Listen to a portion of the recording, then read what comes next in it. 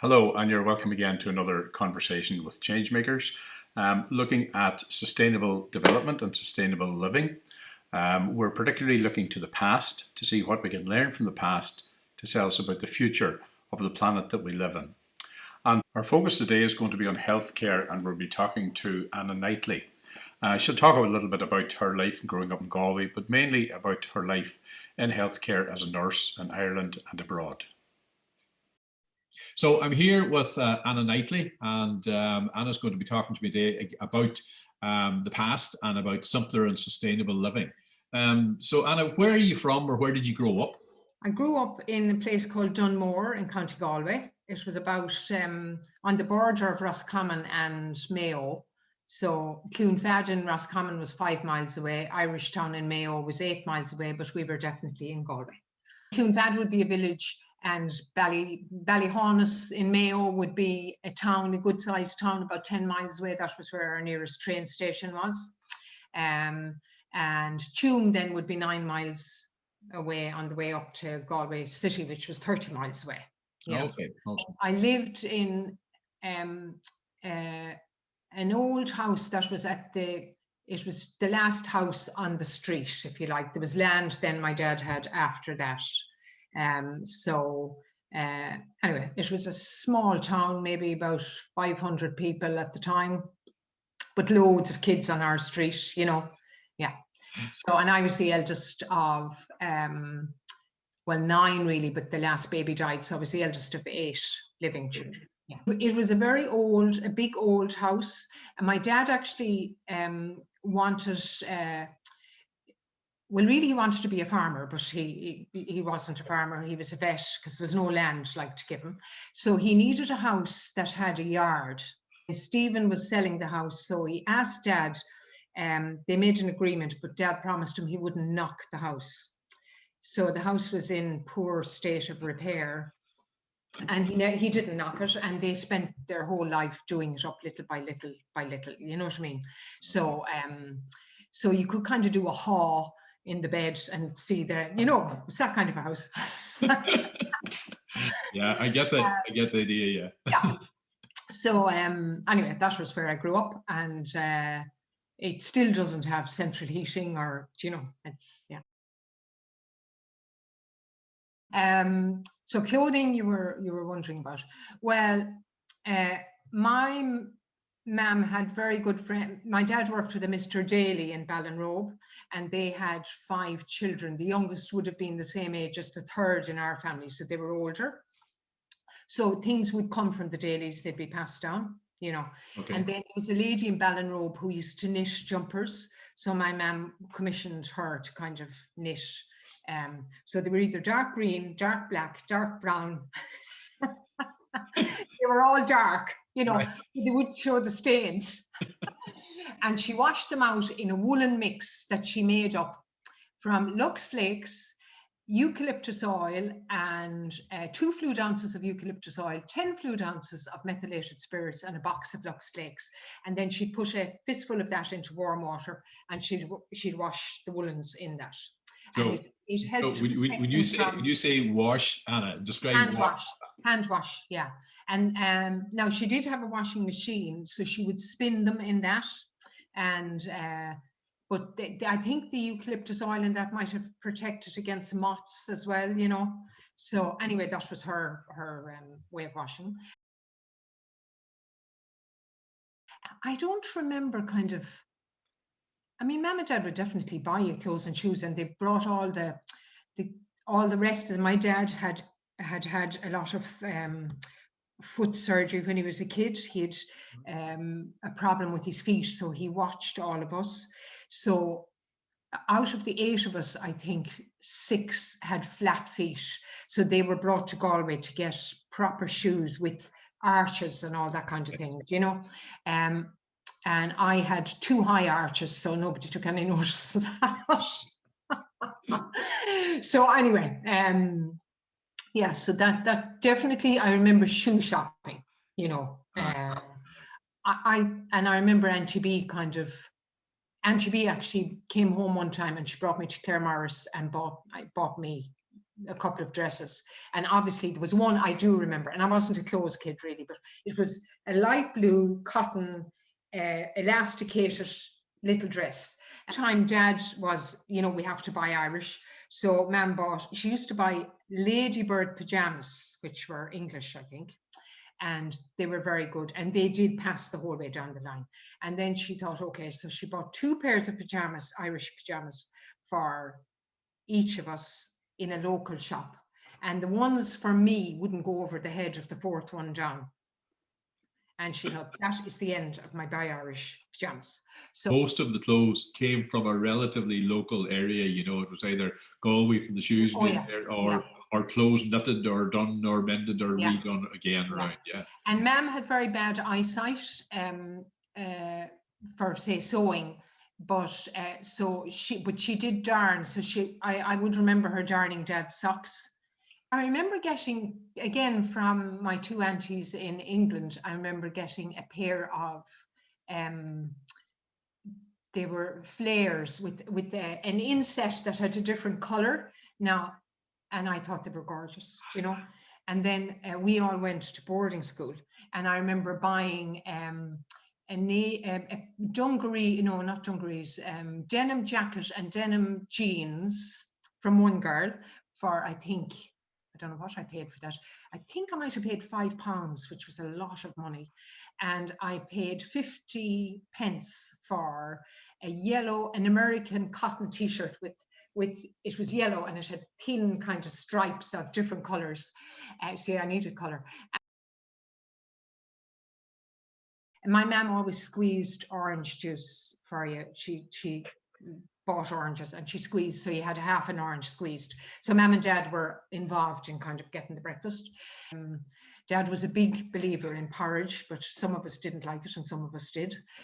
We had our own cows, so the milk came in from the yard and it was in buckets. And then my mum would actually, she had it's still in a press, she had a separator, and it had 2 spokes, one on top of the other. It was round, and she'd separate the cream from the milk. Right. And so she'd end up doing it twice then, so you had really thick cream, you know. And then she'd use, obviously, the milk for making bread. She'd make brown bread. And she'd make white bread and she'd make scones. She's a great cook, really. She always made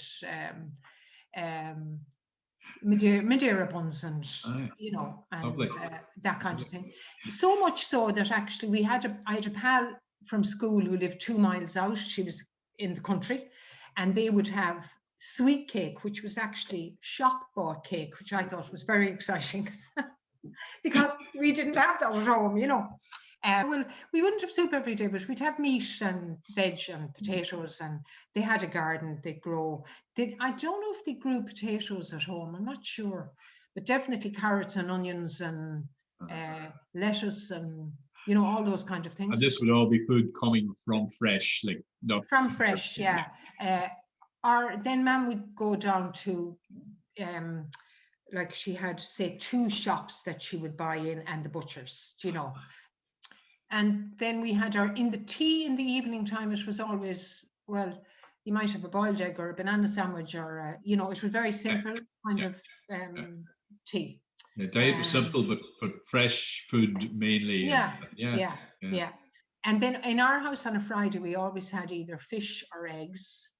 And then Mum would make rice pudding with milk and that in a double boiler, you know.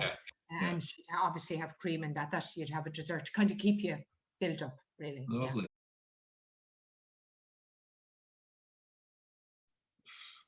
I don't think, I'm thinking about like your dad. Your dad must have a great connection then with the sort of farming community around and being out. Oh, absolutely, absolutely. And he would get presents of potatoes and vegetables. Do you know what I mean? He would get presents of those kind of things when he was out. Or we had hens, we had ducks when we were very small. I don't remember this, but obviously they killed one of the ducks, and when we realized it was one of our ducks, we all hung our head and wouldn't eat it, and he had to give them to his aunt in boil.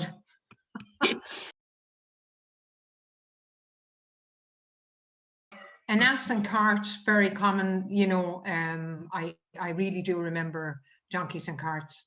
I remember, because I grew up in the 60s, so I remember when, I think it must have been when free education came in, I remember loads of kids cycling past our house on bicycles, you know, from out the country. And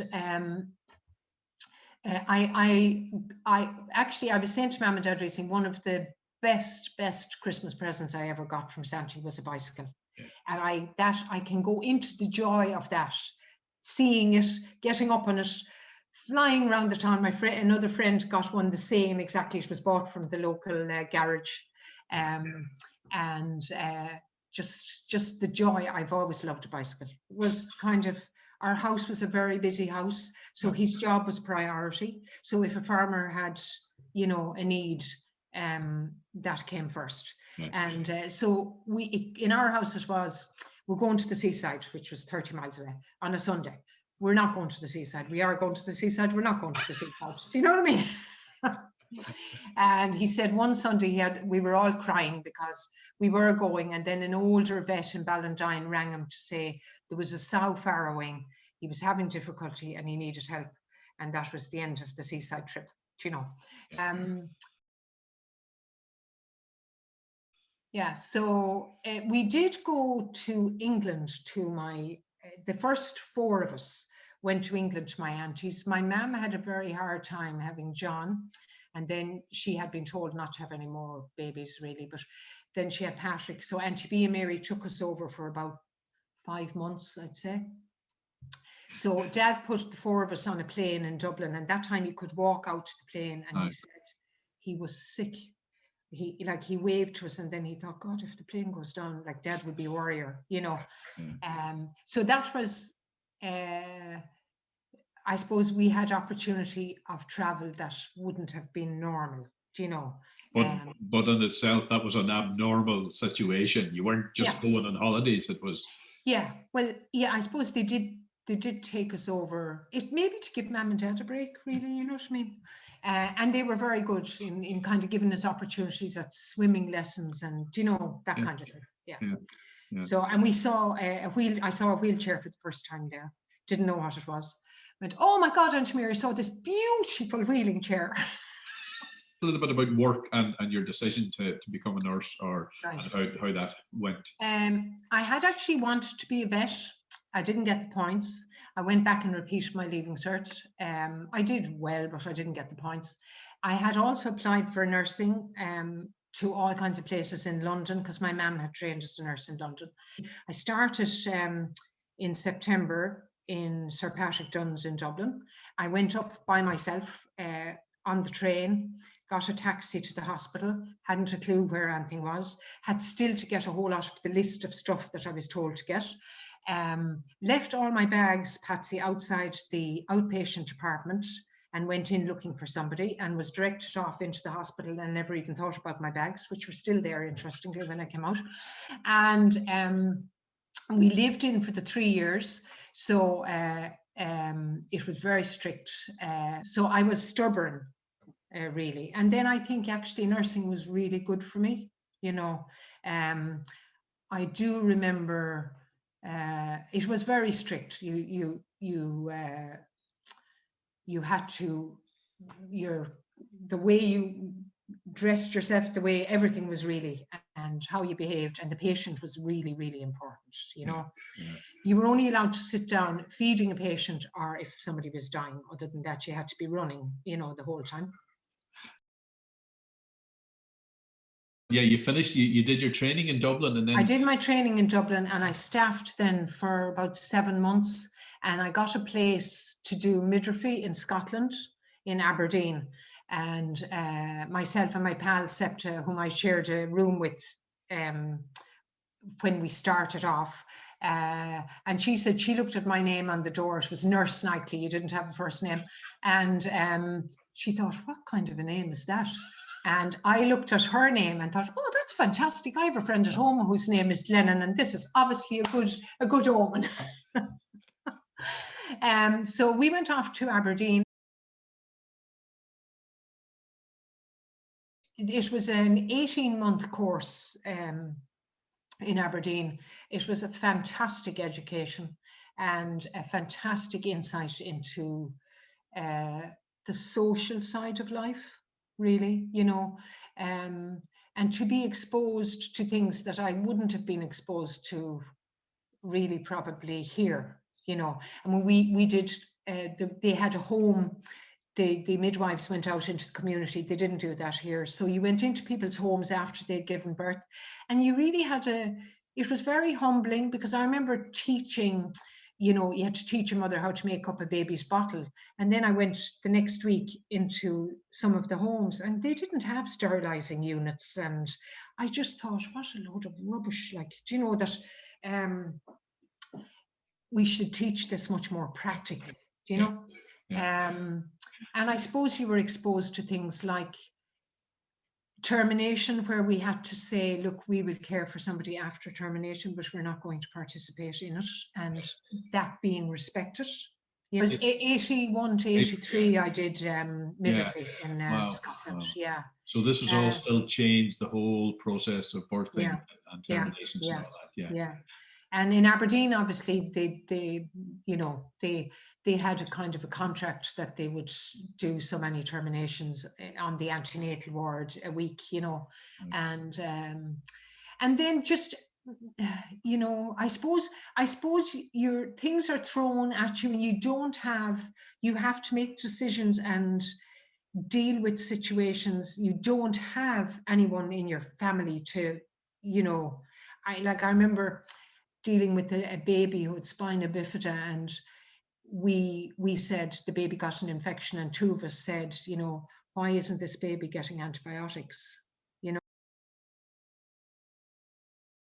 and I thought, I have to do something. So I wrote a letter to the consultant in the unit. Now, he hadn't been, I mean, that man spent about 16 hours a day in the place. You know, I used to wonder how he had any home life. But I wrote him a letter, and I thought, if I feel the same in the morning, I'm going to put the letter on his desk. So I did.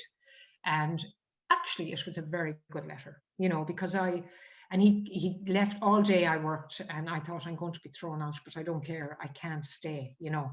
But he called me in, and he said, you know, we thank you for your letter, and we really need people who make us look at what we're doing. But I couldn't talk because I was so upset. So, like he said, you know, in the 60s, all these babies spent 12 years in hospital, and they had no home life, and they had one operation after another. And I thought, well, is that wrong?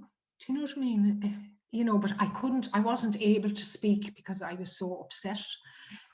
So I suppose it makes you grow up, Patsy, in a way that you don't if you're a college student and you're not exposed to life and death situations, to the loneliness of people, to the, you know, to the decisions. Like, I remember looking after a girl, a young Irish girl who had a baby, had a termination, and reading the notes, and if I can't have an abortion, I'll have the baby adopted. But nobody had offered her that option, and my heart broke for her. You know what I mean?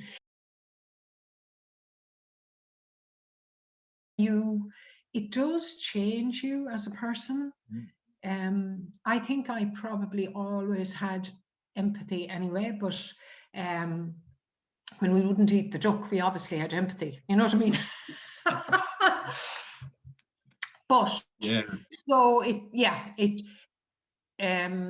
I remember actually as a student nurse, a woman who was she was drunk, and she was brought into the emergency department, and we had to keep her until she was well enough to go home. And the hospital ordered a taxi for her and paid for it. And it was after I should have been finished, but I was there. And at the time, I had a thing about everybody had nits, you know, because we had to check everybody for nits. And so I was terrified of getting nits myself. And so I was kind of standing back from this poor lady.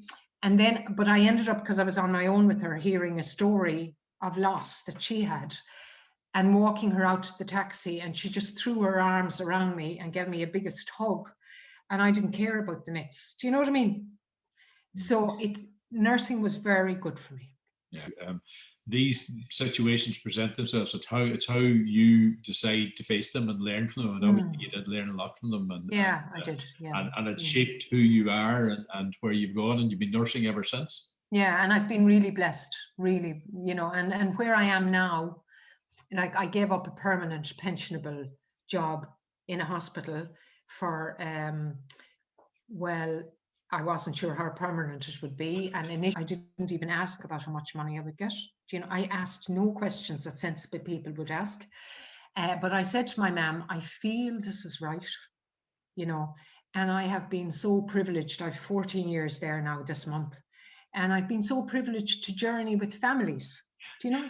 Yeah, and to see them, and even now this whole COVID time, to be with people in the difficulties that this COVID time has presented to people, from new babies, small babies that, say, an isolated couple from Eastern Europe who don't have a support structure, and the baby comes in and is terrified, and the mum said, he's not seeing anybody else except us. So he's, you know, and from older people who were so thrilled to come for their vaccine, not only for their vaccine, but because they were seeing other people they hadn't seen for a whole year, you know.